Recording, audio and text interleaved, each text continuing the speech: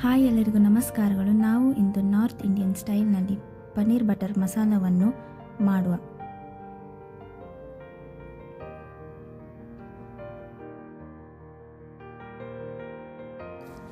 ಮೊದಲು ಬಾಣಲೆಗೆ ಬೆಣ್ಣೆ 2 ಚಮಚ ಹಾಕಿ 7 ರಿಂದ 8 ಒಣಮೆಣಸು, 1.5 ಚಮಚ ಧನಿಯಾ ಹಾಕಿ ಫ್ರೈ ಮಾಡಿ.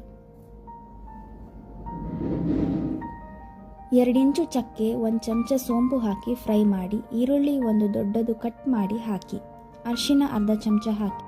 ಬೆಳ್ಳುಳ್ಳಿ 6 ರಿಂದ 7 ಎಸಳು, ಶುಂಠಿ 1 ಇಂಚು ಹಾಕಿ ಹಾಗೂ 2 ಟೊಮೆಟೊ ಕಟ್ ಮಾಡಿ ಹಾಕಿ ಫ್ರೈ ಮಾಡಿ ತಣ್ಣಗಾಗಲು ಬಿಡಿ. ನಂತರ ಮಿಕ್ಸಿ ಜಾರ್ಗೆ ಹಾಕಿ ನೆನೆಸಿದ ಗೋಡಂಬಿ 10 ರಿಂದ 12 ಪೀಸ್ ಹಾಕಿ ನುಣ್ಣಗೆ ರುಬ್ಬಿ.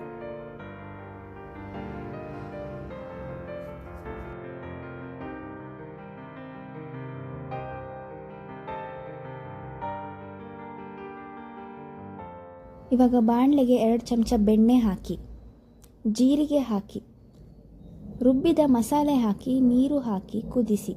ರುಚಿಗೆ ತಕ್ಕಷ್ಟು ಉಪ್ಪು ಹಾಕಿ 200 ಗ್ರಾಂ ಪನ್ನೀರನ್ನು ಕಟ್ ಮಾಡಿ ಹಾಕಿ ಕುದಿಸಿ.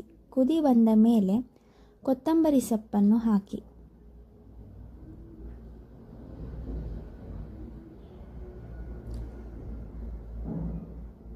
ಮೂರು ಚಮಚ ಫ್ರೆಶ್ ಕ್ರೀಮ್ ಹಾಕಿ.